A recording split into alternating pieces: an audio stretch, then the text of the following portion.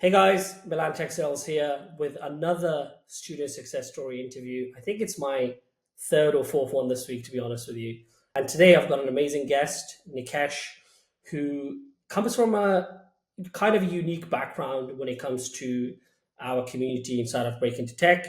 He comes from a product management background. He has a really good degree from a really good university. He had a really good graduate scheme at a very large institution. So you already had a great background. You already had a great career. And today you're going to learn everything about him and what made him leave product management to go into software sales. And also, interestingly enough, he's already been doing his tech sales job, I believe, for the last month. So his perspective is going to be real, fresh, raw. And I think it's going to help a lot of you guys out with regards to breaking into tech sales. A little bit about myself. So I've worked in tech sales for the last few years. Started off as an intern at Google in 2019. So I've been involved in this space for the last 6, 7 years, really. And then I created Break Into Tech with my partner, Laura, who used to be a lawyer. And over the last couple of years, we've helped over 100 people break into the tech sales industry. So that's a little bit about myself. I would love to kick off, Nikesh, if you don't mind, with a quick intro about your background, what you were doing before Break Into Tech, and we can dive into some deeper questions.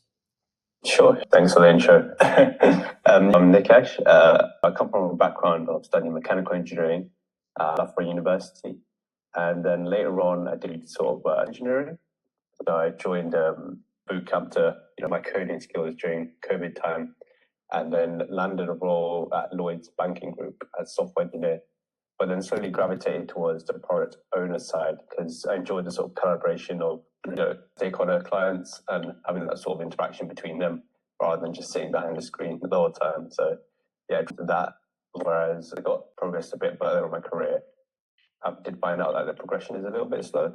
Right. And in terms of salary, you have to stay there for like a couple of years when you're sort of increasing your salary maybe £2,000 or £3,000. Whereas when I came across the sort of tech sales industry, you realize how lucrative it is and how how fast the progression can be, and that's what enticed me to make the decision to maybe in my career and switch into something different. Where I came across yourself and Laura, who I had an initial call with. Now, I think 4 months down the line, after joining the community, I've landed a role within tech, so it can work. That's awesome. A little bit about your offer. So what's the industry? What's the job title? You said it took you 4 months to land this job offer. So tell us a little bit more about the actual tech sales job offer that you landed as well. Yeah, sure. A role at Cable, so it's like a expense management solution. So it's essentially selling a solution to businesses and clients. I landed that role within 4 months.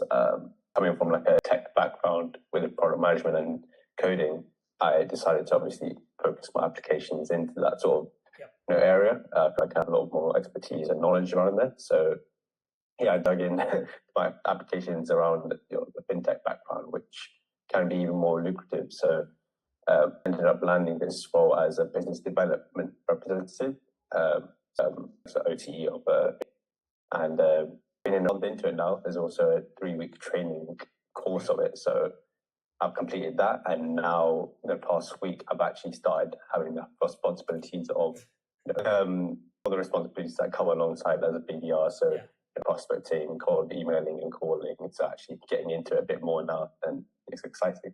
Awesome. So by the way, Payhawk is in it's a financial technology company, which is interesting because you had that finance background anyway. And obviously you had the engineering background. You did basically all of the major roles in tech, and then you transitioned to tech sales.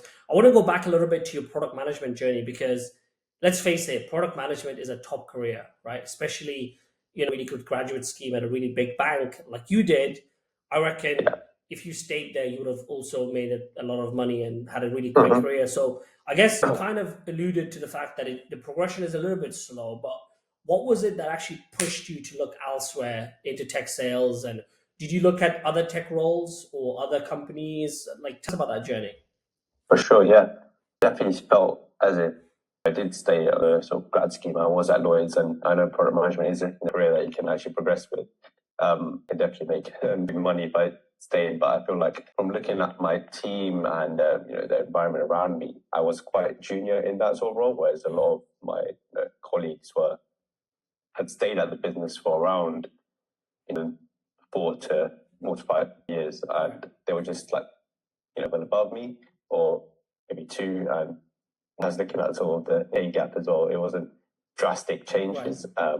I sort of asked this and turned to my manager, like, sort of real situation in terms of myself as a junior here, what's progression going to be like. We made it clear, like, to be maybe slower because of the opportunities that arise in this sort of with Lloyds being a big bank, it's not going to be the easiest into the next level, because there's so many people at the company. It's such a big company. They're always recruiting internally and externally as well, and you'll be competing with a lot of people who have stayed at the bank for a lot of years before having that experience. So that's what put something in my mind by just saying, like, this is what I want to be doing for the next 5 years. Do I want to be staying and progressing a bit slowly or not? That's when I just started to delve a bit deeper into some other industries. So I was looking at data analyst jobs as well, business analysts, so similar sort of responsibilities as well. Again, I feel like when I came across the tech sales industry, the progression and the money was just enticing. So I decided to take an interest and just research a bit more about it, and definitely felt like I made a good decision in doing that. Awesome. So it was a mixture of progression, where you were working, salaries, getting more money. Very typical from what I hear as well. When you first heard about tech sales, did you try to get into the industry yourself before you joined Brain into Tech? Because I remember you joined back in, I think it was November or one of those months in 2024. Were you trying to do it yourself first? If so, how did that go? How successful were you before you joined? No, in fact, I wasn't really doing it myself before. Came across the Break Tech community on social media and sort of reached out just to get an insight of what can be done in terms of my career, in terms of my background experience. And I mean, call with, I think, Lara and yourself, I realized could be something that's could be value and a good career path for me to go down. So it wasn't something I was doing before. I wasn't aware of the stages of the interview processes, the sort of things, the applications that I had to do in terms of landing a role. That all through obviously yourself, the community you guys have built, and the support that I gained after joining that community. So, Okay, so you joined immediately. You didn't try and do it yourself. I guess what made you decide to join a community like Tech? Why not, I guess, try it by yourself or do it yourself and get a tech sales job alone? Yeah, obviously everyone can do that. Obviously go solo and try them out themselves. I feel like in my head I was just trying to get all the help I could at the start, fast track my career, and I feel like it just came into my hands at the right time. That's why I didn't really hesitate a lot of things before, rather than doing things before by myself rather than joining after. I guess it can be a risk as well, but I feel like I think in the right time, I did do a little bit of research as well. I didn't go just diving head first. It was just something that just felt natural to do. I got all the community and like all success stories that you guys posted. And I feel like it would be a good thing to do this alongside a lot of people that can help and relate to land tech sort of. Like it can be difficult to do by yourself as well. Sometimes if you definitely don't have the experience of doing it first time. So I definitely recommend if you're someone like me who didn't come from that tech sales background or hasn't had experience to join the community just to get some insight around a lot of experience. Yeah. So tell us about the journey of actually landing the offer. So you tell us a little bit about how many interviews you had, a lot of ups and downs. I remember you had some interviews and then you went quiet for a bit. It was a 4-month journey, right? So I'm sure you went through a lot of doubts. I'm probably going to guess that you probably thought, is this even for me? Is this possible? Tell us about that journey that you went from, to actually getting the offer, starting and, Yeah, sure. When I first joined, the material that I had to look at a lot of documents in terms of getting that knowledge of what the process is in terms of landing the role within sort of these 4 months. So first of all, obviously polishing up my LinkedIn, my CV, getting that reviewed, and making sure there's no sort of errors or silly mistakes in terms of doing my applications. I've done this before, so my first time applying to a role, so it's just something I had to tailor my CV to in terms of landing a tech sales role, and then sort of finding my own way in what works for me. So doing sort of mass applications in terms of any sort of tech sales role I can find, to see what response I get, or just to see what sort of what sort of response I get in terms of, is it others just going to call me up, or should I call out to recruiters? Or should I post on LinkedIn, allow other people to see these posts and reach out to me LinkedIn that way? So there's multiple different ways. The most I did was, and also had a lot of rejections from successful applications as well, and figuring out what sort of stages happen after those. So I understood quite quickly a lot of the processes take first, which is standard, get an introduction, and then to a talent manager or recruiter, see if you're a good fit, and then they put you forward to a first stage interview where you meet maybe the manager or someone a bit more junior, and then could be another 2 or 3 stages in terms of having an assessment, mock assessment, and final stage interview. That's what I felt were quite common. The thing that worked for me was applications and talking to recruiters. So I found these were the best ways of sort of getting responses from people. And in the end, just one of the applications that applied to came back. I went through the stages, so I had screening call, a mock assessment, and then a final stage interview. And they went pretty well. They were all straightforward. I did have a little bit of experience of having that sort of interview practice of tech sales role before with certain applications, which I didn't get too far in.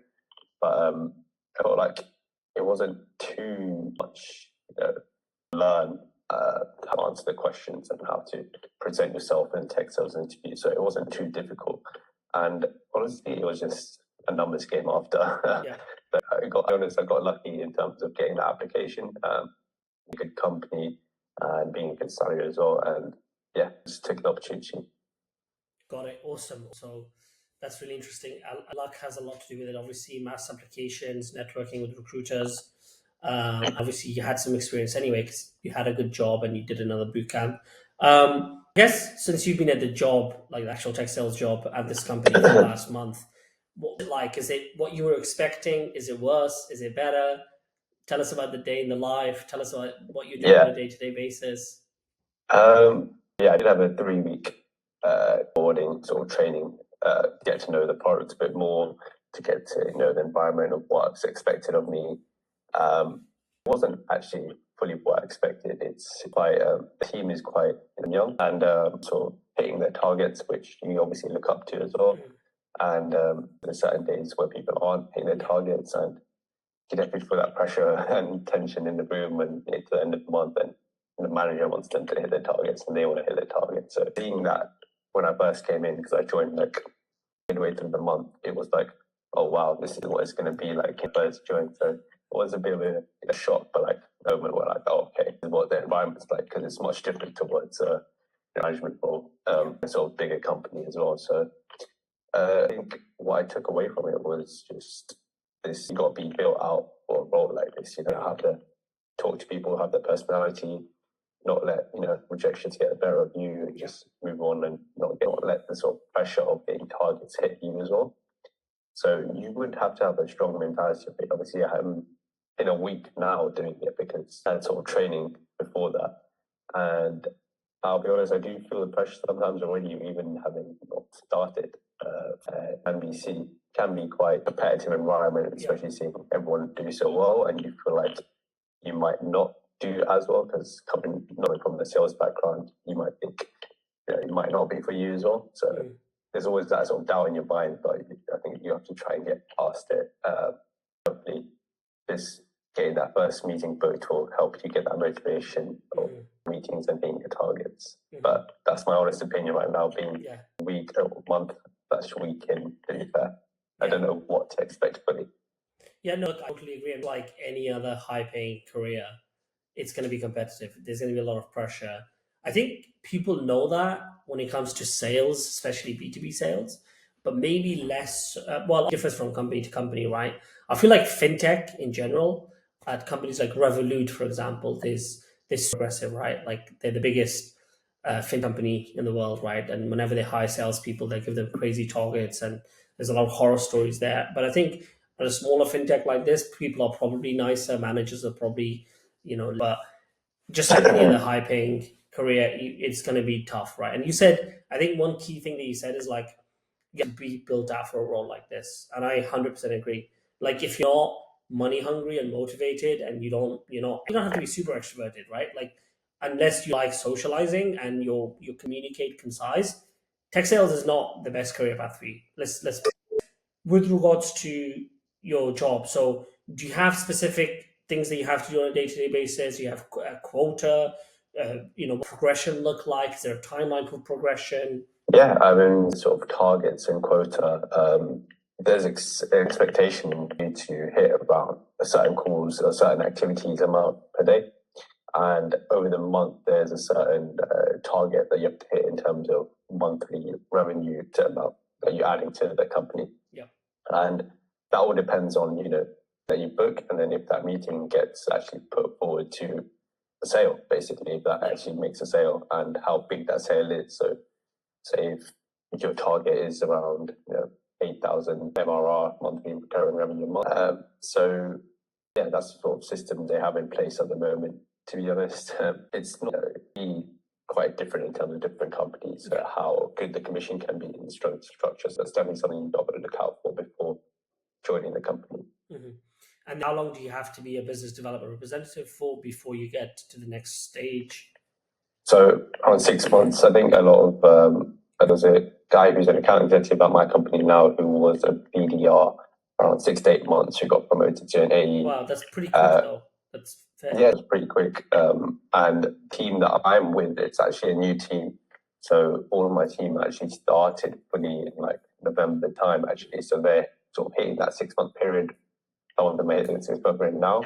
And some of them are looking to either a team lead, a senior BDR, or account executive as well. So it's good to know that it's possible and they have the opportunities there. Obviously, it depends on how well you're actually doing the role as well. Got it. Awesome. Any advice for like any job about the process, whether it's a good idea for people or like this is a good career path for? Like any words of advice to anyone listening, maybe your age, right? Like you're 24, 25, recent grad. What would you give them like about tech sales, what kind of company they should pick, what they should do? Mm-hmm. I feel like, when you're young, if money's on your mind, you should definitely go for tech sales. If you want a quick progression, you want to get into tech sales. But it's a competitive environment, so you've got to be aware of that. You're coming up against a lot of other people with your similar sort of mindset towards yourself. And you got to understand that when you choose to go down this career, it's going to be difficult. It's going to be a hard process. But obviously, when you do land a role and you do well, you do get the benefits of these higher as well. And it's something that you got to be motivated for to stay on that path until which sort of industry you want to go to. Completely up to you, whatever your interests are. Come from experience, like you can go down that route. If you come from educational, you can go down that route as well. I feel like there's an opportunity for people of backgrounds to explore tech sales, and it gives you that opportunity, to sort of change your career at whatever stage you want. So the advice I give, if you want it, you have to go get it. Yeah, absolutely, man. Absolutely. Well, look, thanks so much for your time today. It's been a pleasure to have you on to learn about your background, to show people what's possible, right? Especially for the engineers out there, in a way, because there's engineers that want to transition into tech sales as well. And you're gonna smash it. I think you got a really good offer, a really good company. If there's anything I can do to help, obviously moving forward, please get in touch. You're already in the community, so if you need help, happy to call with your scripts or whatever. Best of luck with everything that you're doing, with the opportunity, with the career, and hopefully one day we can meet in person at an event. Yeah, it sure be great. Thanks a lot for having me, Bill. Appreciate the time and the chat. It was great. Yeah, likewise. You're really busy as well, so thanks again for your time, brother. Really appreciate it. No worries. Best of luck with Thanks a lot. Cheers, bro. Thank you. I'll end the call. I'll chat to you later. Thank you, man. Thanks.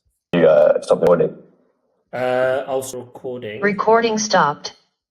Perfect.